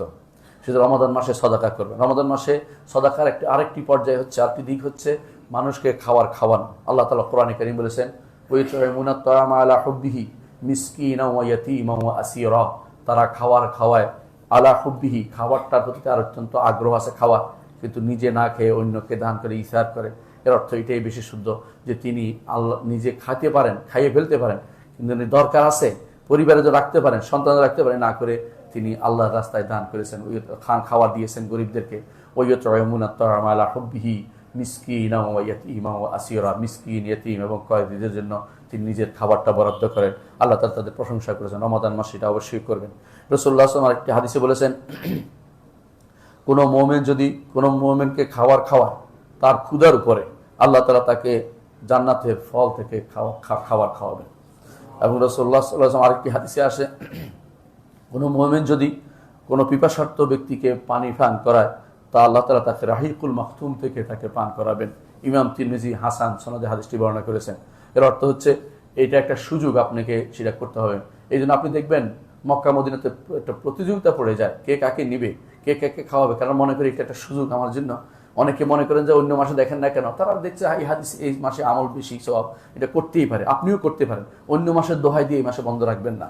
এই মাস হতেও পারে এই মাসে দেওয়ার পরে আপনার অভ্যাস তৈরি হয়ে যাবে, আপনি দিতেই থাকবেন, দিতেই থাকবেন। আমি মদিনাতে দেখেছি কোনো কোনো ডাক্তার সাহেবকে রমজান মাস আসলে তারা এত বেশি দেউলিয়া হতেন, খাবার কিভাবে পৌঁছে দিবেন এই টেনশন থাকতেন। বাংলাদেশি ডাক্তাররাও তারা প্রভাবিত হয়েছে এর দ্বারা, আলহামদুলিল্লাহ। অনেক মানুষকে আমরা দেখেছি এই কাজ করতে। আপনারাও সেরকম দেউলিয়া হন, বেশি বেশি দেওয়ার চেষ্টা করুন। রাসূলুল্লাহ সাল্লাল্লাহু আলাইহি ওয়াসাল্লাম কি করতেন? আজওয়াদু মা ইয়াকুনু মিনার রিহিল মুরসালা, তিনি প্রবাহিত বাতাসের চেয়েও বেশি মানুষের গায়ে খাবার পৌঁছে দিতেন, মানুষের কাছে খাবার তা দান পৌঁছে দিতেন। দ্বিতীয় যে কাজটি করবেন, সওমের ইফতার তাফতির করাবেন, অর্থাৎ রমজানের রোজাদারকে ইফতারি করাবেন। রোজা ইফতারি করাবেন। রাসূলুল্লাহ সাল্লাল্লাহু আলাইহি ওয়াসাল্লাম বলেছেন একটি হাদিসে, কেউ যদি রমাদান সওমকে ইফতারি করা তার সমপরিমাণ সওয়াব সে পাবে, কিন্তু রোজাদারের কোনো সওয়াবের কমতি হবে না। সুতরাং আপনি এটা দান করতেই পারেন, এমনভাবে দিবেন যে আপনি দেখানোর জন্য, জানানোর জন্য নয়। অনেকে দেখা যায় রমজান মাসে ইফতার মাহফিল করে, এটা করবেন না। ইফতার মাহফিল করে দেখানোর কিছু নয়, আপনি দিয়ে যাবেন, কেউ জানতেও পারবে না। রমাদান মাসে আমরা যখন মক্কা মদিনা যাই, কে যে খাবার খাওয়াইলো খুঁজে বের করেও পাই না, অথচ মানুষ এসে দিচ্ছে, কোত্থেকে দিচ্ছে জানি না। খুঁজে জিজ্ঞাসা করলে বলা যায় এক লোক দিয়ে গেছে, বলতে রাজি নেই। এরকম হাজার হাজার মানুষকে তারা খাওয়াচ্ছে। কেউ বলে না যে অমুকের ইফতারি একটা সাইনবোর্ড টানিয়ে দেওয়া, ছবি তুলিয়ে দেওয়া, ফেসবুকে দেওয়ার মতো কাজ তারা করে না। অথবা এই কাজগুলো দূরে থাকবেন। এগুলো হচ্ছে রিয়া, এগুলো হচ্ছে লোক দেখানো কাজ, এগুলো আপনার আমলকে বিনষ্ট করে দেয়। আপনি এই জন্য ইফতার মাহফিলের যে সমস্ত ঘটা কাজ করে এগুলো থেকে দূরে থাকার চেষ্টা করবেন। দয়া করে এই কাজে কাউকে ডাকবেন না, আমাকেও ডাকবেন না, কারণ আমি এটা পছন্দ করি না। ইফতার মাহফিলের জন্য হাজির হই না রমজান মাসে, কারণ এগুলো বেশিরভাগই রিয়ার কাজে থাকে। এই রিয়া থেকে আপনি যতই বলেন না কেন, বেশিরভাগ ব্যাংকওয়ালারা এই রিয়াগুলি বেশি করে। ব্যাংকের যারা ওদেরকে খাওয়ায় কি জন্য? যাতে করে পরবর্তীতে ব্যাংকে মানুষ আসে। এটা তো আল্লাহর দিন দিয়ে দুনিয়া কামানোর বুদ্ধি, আর কিছুই না। এটা বেশিরভাগ মানুষগুলি করে। অনেকেই দেখবেন যে এই মাসে এসে ইফতার মাহফিলের জন্য ওই নেতারা এই বেশি করে করে, রাজনৈতিক নেতারা ইফতার মাহফিলের ব্যবস্থা করে, নিজে রোজা রাখছে কিনা আল্লাহ জানে, কিন্তু ইফতার মাহফিল করার জন্য খুব ব্যস্ত হয়ে পড়ে। এমনকি অনেকে দেখানোর জন্য আবার এতিমখানায় যায় ইফতার করে, বোঝানোর জন্য আমি এতিমের সাথে ইফতার করছি। এতিমের ইফতারের দরকার নেই, এতিমের টাকা দেওয়া দরকার। প্রতি মাসে তাকে যথাযথভাবে দিন শিক্ষা দিয়ে তাকে প্রতি পালন করা দরকার। এই জাতীয় লোক দেখানোর কাজ থেকে তাদেরকে বিরত রাখতে হবে। আপনারা সেখানে উপস্থিত হবেন না এবং ঘোষণা দিবেন যে লোক দেখানোর কাজের জন্য আপনাকে জন্য আল্লাহ তাআলা নিয়ন্ত্রণ করেন নাই। আপনি দিবেন এমনভাবে যে কাউকে দেখাননি এমনভাবে দেওয়ার চেষ্টা করবেন। এটা ঈমানদারের কাজ, এটা ঈমানদার এটার ভিতরে নীতিকে সীমাবদ্ধ রাখে। অন্য একটা হাদিস আছে, রাসূলুল্লাহ সাল্লাল্লাহু আলাইহি ওয়াসাল্লাম বলেছেন, কেউ যদি রমাদান মাসে রোজাদারকে ইফতার করায় তো তার গুনাহসমূহ ক্ষমা হয়ে যাবে এবং তার ঘাড় আল্লাহ তাআলা জাহান্নাম থেকে মুক্ত করবেন। এই হাদিসটিও সনদ সহিহ বলে আলেমরা বলেছেন। এর অর্থ হচ্ছে এই দুটি কাজ আপনার অবশ্যই এই রমাদান মাসের সদাকার অন্তর্ভুক্ত হবে। রমাদান মাসে সদাকা করবেন, সাধারণ দান তো আছেই, এবং বড় দান ফরজ দান তো করবেনই, অর্থাৎ যাকাতও দিবেন, এই কাজগুলিও করবেন। 4 নম্বর যে কাজটি করবেন রমাদান মাস হচ্ছে কিরাআতুল কোরআন, কোরআন তিলাওয়াত করবেন। এর আগে শুনেছেন রমাদান মাসে নাজিল হয়েছে যেহেতু কোরআন, আপনার জন্য দায়িত্ব হচ্ছে কোরআনের মাস, কোরআন নিয়ে থাকবেন। রাসূলুল্লাহ সাল্লাল্লাহু আলাইহি ওয়াসাল্লাম এই মাসে কি করতেন? তিনি এই মাসে জিবরিলের সাথে কোরআন মুদারাসা করতেন। মুদারাসাতে একজন বলতেন, একজন শুনতেন। আপনি সেভাবে নিজে কোরআন নিয়ে থাকবেন। এবং এই মাসে কেউ, ওসমান রাদিয়াল্লাহু আনহু এই মাসে প্রতিদিন রাতে 1 খতম করতেন। অনেকে বলে নিচে পড়া বেদাত নয়, সরফে সালিন যা করছেন তা বেদাত নয়, এটা আপনাকে মনে রাখতেই হবে। এর অর্থ হচ্ছে অনেকে তার কাছে হয়তো মনে হইতে পারে আমার কাছে এটা ভালো নয়। অন্য একটা হাদিসে আছে রাসূল সাল্লাল্লাহু আলাইহি ওয়াসাল্লাম যেটা নিষেধ করে হচ্ছে বুঝে নাই বলেছেন, কিন্তু যে বুঝে তার জন্য সেটা নয়। যে ব্যক্তি কোরআন অনবরত পড়ে যাচ্ছে বুঝে নাই, এটা থেকে নিষেধ করেছেন রাসূল। কিন্তু যারা বুঝে, অর্থ বুঝে, তাদের জন্য যত বেশি পড়বে তত বেশি লাভ। কারণ তার অর্থ বুঝে পড়তেছে, তার মজা লাগতেছে। এই যত বেশি পড়তে পারবে সেটা বাধা দেওয়ার কোনো জিনিস নাই। 3 দিন 5 দিন নির্ধারণ না করাই উচিত। কারণ সলফে সালেহিন কেউ 1 দিন 1 রাতিতে কোরআন খতম করতেন, কেউ 3 দিন করতেন, কেউ 7 দিনে করতেন, কেউ 10 দিনে করতেন, এমনকি কেউ সালাতে খতম করতেন। এটাও আমাদের বর্ণনাতে এসেছে। ইমাম শাফি রহমতুল্লাহ আলাইহি রমাদানের মধ্যে 60 খতম করতেন। ইমাম আসওয়াদ ইবনে ইয়াজিদ তিনি 2 দিনে 2 রাতিতে একবার কোরআন রমাদানের মধ্যেই তিনি কোরআন খতম করতেন সালাতের মধ্যে। ইমাম জুহরি যখন রমাদান মাস আসতো, আপনারা জানেন যে তিনি হচ্ছেন হাদিসের জাংশন বুঝেন, চতুর্দিক থেকে হাদিস তার কাছে এসে অন্যদিকে যায়। রমাদান মাসে তিনি কোনো হাদিসের দ্বারা দিতেন না। রমাদান মাসে তিনি শুধুমাত্র কোরআন নিয়ে থাকতেন এবং বলতেন যে না, আজকে দিনে আমি কোনো আলেমদের সাথে বসার জন্য সময় নাই আমার, আমি এখন শুধু কোরআন নিয়ে থাকবো। কোরআন নিয়ে তিনি ব্যবসা। ইমাম মালিক রহমতুল্লাহ আলাইহি মসজিদে নববীর দাস দিতেন, কিন্তু তিনি সেই রমাদান মাসে আর তিনি দাসের ব্যবস্থা করতেন না। বলতে এই মাস হচ্ছে কোরআনের মাস। সুফিয়ান সাউরি রহমতুল্লাহ আলাইহি এবং সুফিয়ান ওয়াইন আমরা কিন্তু সমস্ত ইবাদত ত্যাগ করে রমাদান আসলে একমাত্র কোরআন নিয়ে তারা অবস্থান করতেন। এই জন্য অনেকে আছে রমাদান মাসে কোরআনকে পড়ে, আবার কেউ সাধারণ পড়া পড়ে, কেউ অর্থ সহ পড়ে। তবে নিঃসন্দেহে অর্থ সহ পড়া, বুঝে পড়া বেশি উত্তম, কোনো সন্দেহ নেই। কিন্তু সাধারণ পড়াকে অনুৎসাহী করা, অনুৎসাহ করা যাবে না। সাধারণ পড়াটা গুরুত্বপূর্ণ, সালফে সালেহিন সেটা করতেন এবং সেটা গুরুত্বের সাথে নিতে হবে যে এভাবেও পড়বো, ওইভাবেও পড়বো। কিন্তু কোনোভাবে যেটা না হয় সেটা হচ্ছে অনেকে এসে রমাদান মাসে এসে ফিতনা তৈরি করেন। কি করে এসে কেউ কোরআন পড়তে যার কাছে এসে ইসলামের অমুক তমুক বিধান, অমুকটা প্রতিপালিত হচ্ছে না, অমুকটা হচ্ছে না, এই জাতীয় কথা তুলে ধরে তাকে নষ্ট করতে, এতেকাফ নষ্ট করে, তার সময় নষ্ট করে। এটা করা যায় না। কেউ যদি এরকম এসে আপনার কাছে বলতে থাকে, সঙ্গে সঙ্গে বলবেন যে আপনি কোরআন তেলাওয়াত করেন অথবা বাইরে যান, আমি ব্যস্ত আছি, স্পষ্ট বলে দিবেন। কারণ এখানে আর সময় নষ্ট করার কোনো সময় নেই। আপনার এতেকাফে এসে কেউ হয়তো অনেক কথা বলতে থাকবে। রমজান মাসে এসে আপনাকে তৈরি করবে কি জন্য?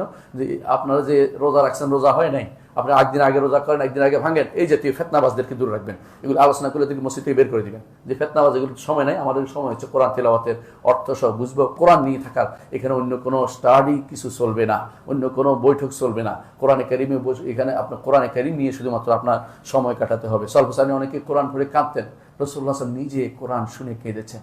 আপনি কোরআন পড়ে, কোরআন শুনে যদি আপনার কান্না আসে রমাদান মাসে ইমানের পিছনে, কখন আসবে ইমানের পিছনে সে কান্না? যখন অর্থ বুঝেন, আপনি অবশ্যই কাঁদবেন। অনেকে বলে হারামাইন শরীফাইনে আলেমরা যে কেন কাঁদে, আমার বুঝে আসে না। আপনার বুঝে আসবে কি করে? আপনি তো অর্থ বুঝেন না। আপনি অর্থ বুঝলে আপনি বুঝতে পারবেন যে ইমামরা কেন কাঁদে। আর আপনি তো বুঝেন না বলেই আপনার কাছে মনে হয় এইটাও যে সমান কথা না। এক একটা আয়াতের আল্লাহর কাছে কি আল্লাহর বাণীর কি যে বৈশিষ্ট্য এক একটা, এটা শুধুমাত্র আলেমরাই বুঝতে পারে। আল্লাহ তাআলা কোরআনে কারীমের জন্য বলছেন যে এই আমসালগুলো, তিলকাল আমসাল নাদরিবু লিন-নাস ওয়া মা ইয়াকিলুহা ইল্লাল আলিমুন। আলেমরা ছাড়া আল্লাহর কোরআনের মাসাল সমূহ বুঝার কারো ক্ষমতা নেই। এই জন্য ইবনে তাইমিয়া রাহমাতুল্লাহ আলাইহি যখন তিনি কোনো মাসাল বুঝতেন না, কোনো কোরআনের কোনো মাসাল বুঝতেন না, উদাহরণ বুঝতেন না, তখন তিনি বারবার কান্নাকাটি শুরু করে দিতেন যে আমি এখনো আলেম হতে পারি নাই। আলেম না হওয়ার কারণে আমি কোরআনের উদাহরণ সময় বুঝতে পারছি না, কোরআন কি বলছে বুঝতে পারছি না। আল্লাহ তাআলা তিনি বলতেন যে এরপর আল্লাহ তাআলা আমাকে মুক্ত করে দিতেন, নতুন করে আল্লাহ তাআলা আমাকে দান করতেন। আল্লাহর কাছে কান্নাকাটি করলে আল্লাহ তাআলা তার কোরআন বুঝার জন্য তৌফিক মানুষকে দান করেন। পঞ্চম যে কাজটি করবেন তা ইতিকাফ করবেন। রাসূলুল্লাহ সাল্লাল্লাহু আলাইহি ওয়াসাল্লাম তিনি ইতিকাফ করতেন। যে বছর দুনিয়া থেকে চলে গেছেন সেই বছর তিনি 20 দিন ইতিকাফ করেছেন। ইমাম বুখারী রাহমাতুল্লাহ জানিয়েছেন 20 দিন করেছেন। এক বছর তিনি ইতিকাফ করেন না, সেটা কাজা করেছেন। কেউ বলেছেন, কেউ বলছেন না, তিনি যেহেতু ডবল চলে যাচ্ছেন এই জন্য তিনি আল্লাহ শুকরিয়া তান বেশি করেছেন। যাই হোক, এই জন্য ইতিকাফ খুবই গুরুত্বপূর্ণ। ইতিকাফে কি করবেন? তেলাওয়াত করবেন, সালাত আদায় করবেন, জিকির করবেন, দোয়া করবেন। ইতিকাফের মধ্যে গল্প গুজব করবেন না, মোবাইলটা আনবেন না, মোবাইল দূরে রাখবেন। এমন কেউ যদি আপনাকে খোঁজ দেয়, খুঁজে আসবে, দরকার হলে এই মোবাইল নামক সংস্কৃতি আপনার ইতিকাফে ডুবাবে। আর কেউ যদি গল্প করতে আসে, গল্প করবেন না, কোনো গল্প করবেন না। মাসআলা যদি কোনো দিতে পারেন সেটা বৈধ, কোনো সমস্যা নেই। কিন্তু এটা আলেমের কাছে যেন হয়, জাহেলের কাছে মাসআলা নিতে বসবেন না, বা জাহেল তথাগত চিন্তাবিদদের কাছে এক মুহূর্তের জন্য বসবেন না, আপনাকে বিভ্রান্ত করে দিবে। বিশেষ করে রমজানের শেষ দিনগুলোতে আপনি ইতিকাফ করবেন কেন? যাতে লাইলাতুল কদর পেতে পারেন। রমজানের শেষ দশকে ইতিকাফ করবেন লাইলাতুল কদর পাওয়ার জন্য। আর লাইলাতুল কদর একবার পেলে আপনার জীবন ধন্য হয়ে যেতে পারে। এই জন্য কোরআনে কারীমে আল্লাহ তাআলা যেটা বলেছেন, লাইলাতুল কদর খায়রুম মিন আলফি শাহর তানাজ্জালুল মালায়েকাতু ওয়ার রূহু ফিহা বিইذن রাব্বিহিম মিন কুল্লি আমর সালামুন হিয়া হাত্তা মাতলাইল ফজর। এই ইতিকাফের মাধ্যমে একান্তভাবে আল্লাহর সাথে একান্ত হচ্ছেন, যেখানে আপনি উপলব্ধি করবেন যে আমি আর নফসকে আল্লাহর জন্য নির্ধারণ করেছি, কারোর সাথে কোনো গল্প গুজব সময় দেওয়া আমার শুধু কাজ নেই। আল্লাহ তাআলা নির্দেশ দিয়েছেন, ইব্রাহিম আলাইহিস সালাতু ওয়াস সালামকে ইতিকাফের নির্দেশ দিয়েছেন, তাহির বাইতি লিত-তাওয়াফিনা ওয়াল আকিফিনা ওয়ার রুকআই সুজুদ। এই নির্দেশে রাসূলুল্লাহ আমল করেছেন, সাহাবায়ে কেরাম স্ত্রীরাও এই নির্দেশ অনুসারে আমল করেছেন।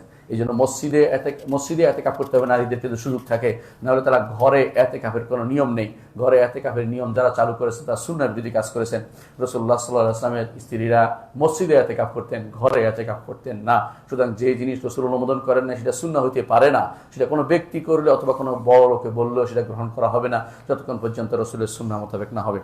রমজান মাসে সপ্তম ষষ্ঠ যে আমলটি করবেন, রমজান মাসে একটি উমরা করার চিন্তা করবেন। কারণ আপনারা জানেন যে একটি উমরা রমজান মাসে রাসূলের সাথে হজ করার মতো সওয়াব রাসূলুল্লাহ হাদিসে এসেছে। সুতরাং এই সুযোগ যদি থাকে কারো, সেটা করার চেষ্টা করবেন। কষ্ট তো হবেই, অনেকে কষ্টের ভয়ে যায় না, কষ্ট তো হবেই, কারণ এই কষ্টের পরে তো আল্লাহ তাআলার পক্ষ থেকে নিয়ামত আপনার জন্য নির্ধারিত হবে। সপ্তম যে কাজটি করবেন, লাইলাতুল কদর খুঁজবেন। আল্লাহ তাআলা বলেছেন ইন্না আনজালনাহু ফি লাইলাতুল কদর, বিস্তারিত সেটা আপনারা জানেন। অষ্টম যে কাজটি করবেন, বেশি বেশি করে জিকির করবেন, দোয়া করবেন, ইস্তেগফার করবেন। কেন করবেন? কারণ আল্লাহ তাআলা কোরআনে কারীমে যেখানে সওমের কথা বলেছে, সওমের ফরজের কথা বলছে, এরপর আয়াতে বলছেন ওয়াইজা সাআলাকা ইবাদি আন্নী ফাইন্নী করিব উজিবু দাওয়াতাদ দাঈ ইযা দাআন। এর অর্থ হচ্ছে সওমের সাথে দোয়া ওতপ্রোতভাবে জড়িত। সওমের পরেই আপনার দোয়া করতে হবে, আল্লাহ তাআলা সেটা আমাদেরকে জানিয়েছেন। নবম, যদি কেউ কিছু করতে পারে, সেটা হচ্ছে যদি মসজিদের সলাতের পরে, ফজরের সলাতের পরে সূর্য ওঠা পর্যন্ত বসতে পারেন, তাহলে পূর্ণ উমরার সওয়াব আপনি পাচ্ছেন, হজ এবং উমরার সওয়াব পাচ্ছেন। এইটা যদি করতে পারেন ভালো। আমি জানি যে অনেকে এটা সম্ভব হয় না, কিন্তু যার আল্লাহ তাআলা ক্ষমতা দিবে সে যেন করতে পারে, চেষ্টা করবেন। যেহেতু রাতের বেলা যদি কেউ ঘুমিয়ে থাকেন, দিনের বেলা এই সময়টুকু অল্প সময়, হয়তো 1 ঘন্টা 2 ঘন্টা যদি কোনো আপনি কাটাতে পারেন, কেরাতুল কোরআনে কাটাবেন, বাকি সময়টা আপনি সালাত পড়ে তারপর যেতে পারেন, তাহলে প্রতিদিন একটা হজ, একটা উমরার সওয়াব আপনি অর্জন করতে পারবেন। আর 10 নম্বর কাজ হচ্ছে সিলাতুর রাহিম। এই মাসে অবশ্যই রাহিমের সালাতুর রাহিম করবেন। সালাতুর রাহিম অর্থ হচ্ছে আপনার আত্মীয়তার সম্পর্ক বজায় রাখা। সালাতুর রাহিম যেটা, আত্মীয়তার সম্পর্ক অনেক মাস হয়েছে আপনি অনেকের সাথে যোগাযোগ করেননি, অনেক কিছু করেন। দুনিয়ার এখন বর্তমান যে অবস্থা দাঁড়িয়েছে, অনেকে বাবা মার খোঁজ নিতে পারে না, আত্মীয় স্বজন খোঁজ নিতে পারে না। রমজান মাসে অবশ্যই যেন আপনার এই কাজটি আপনি অব্যাহত রাখবেন। তাদের সাথে যে কাট আপ হয়ে গেছে সম্পর্কটা, সেটাকে অবশ্যই পূর্ণতা দেওয়ার চিন্তা করবেন। আর এই রমাদান মাসের কাজগুলো যে করবেন, একমাত্র ঈমানান ওয়া ইহতিসাবান, আল্লাহর উপর ঈমান এনে এবং সওয়াবের আশা করে করবেন, লোক দেখানোর নিয়তে নয়, অথবা ঈমান বিশুদ্ধ নাই এমন কাজ করে যে এই কাজগুলো সবগুলোই করেন, একটাও কবুল হবে না। ঈমানটাকে পরিশুদ্ধ করতে হবে এবং আমলটাকে আল্লাহর জন্য খালেস করতে হবে। ঈমান শুদ্ধ এবং বিশুদ্ধ এবং পরিশুদ্ধ ইখলাসের সাথে যদি ঈমান ইখলাসের সাথে আমলগুলি করেন, আল্লাহ তাআলা ইনশাআল্লাহ কবুল করবেন। আকুলু কাওলি হাযা ওয়া আস্তাগফিরুল্লাহ লি ওয়া লাকুম ওয়া লিসাইরিল মুসলিমিন ফাস্তাগফিরু ইন্নাহু হুয়াল গাফুরুর রাহিম।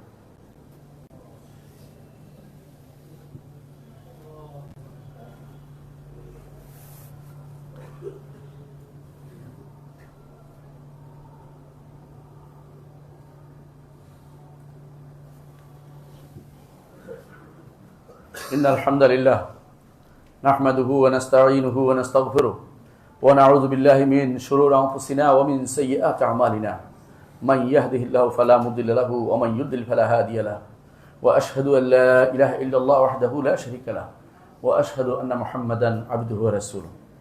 সম্মানিত মুসলিয়ানি کرام, বলছিলাম রমাদান মাসের কর্মগুলির ব্যাপারে।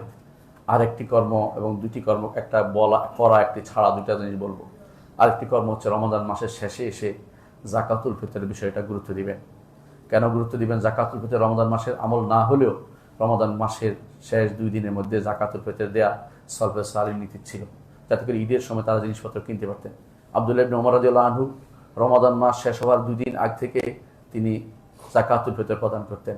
আর যাকাতুল ফিতর প্রদান করার জন্য নেশাব পরিমাণ মাল হওয়া জরুরি না, এটা আপনাকে মনে রাখতে হবে। যার ঈদের দিনে নিজের চলার মতো সামর্থ্য আছে, অতিরিক্ত সম্পদ আছে, যেটা দিয়ে যাকাতুল ফিতর দিতে পারে, সেটা দিয়ে সে যাকাতুল ফিতর দিবে।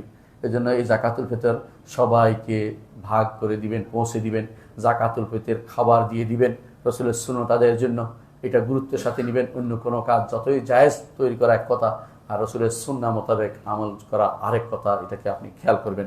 যাকাতুল ফিতর প্রদান করবেন শেষে। হ্যাঁ, যদিও যাকাতুল ফিতর ওই সময় আসে যখন ঈদের চাঁদ উঠে যায়, কিন্তু অগ্রিম দিতে পারবেন, যাতে করে যা উপকারী হয় মানুষের। ইমাম আবু হানিফা রাহমাতুল্লাহ আলাইহি সেটাকে রমজানের শুরু থেকে দেওয়া বৈধতা দিয়ে বলেছেন। বৈধ বলে তাদের উপকারে আসে, রমজানও তাদের কাজে লাগে। কিন্তু আমরা সুন্নাহ মোতাবেক বলবো, যেহেতু সালফে সালিহিনের কাজ ছিল। আব্দুল্লাহ ইবনে ওমর রাদিয়াল্লাহু আনহু তিনি বলতেন 2 দিন আগ থেকে অর্থাৎ ঈদের 2 দিন আগ থেকে তারা দেওয়ার ব্যবস্থাপনা করে, যাকাতুল ফিতর দেওয়ার ব্যবস্থা করবেন। আর আরেকটি কাজ করে হলো পরিত্যাগ করা। পরিত্যাগ কি করবেন? রাসূলুল্লাহ সাল্লাল্লাহু আলাইহি ওয়াসাল্লাম বলেছেন, মান লাম ইয়াদা কাওলা যুর ওয়াল আমালা বিহি ফালাইসা লিল্লাহি হাজাতুন আন ইয়াদা তাআমাহু ওয়া শারাবাহু। খারাপ কথা এবং খারাপ কাজ যদি ছেড়ে না দিতে পারেন, জাহলা এবং মূর্খতা ছেড়ে দিতে না পারেন, তাহলে আপনার খাবার পানীয় ত্যাগ করার মধ্যে কোনো উপকার নেই। এই জন্য এই কাজগুলি পরিত্যাগ করতে হবে। খারাপ কথা এবং খারাপ কাজ কি হতে পারে? সমস্ত গুনার কাজ খারাপ কথা এবং খারাপ কাজ।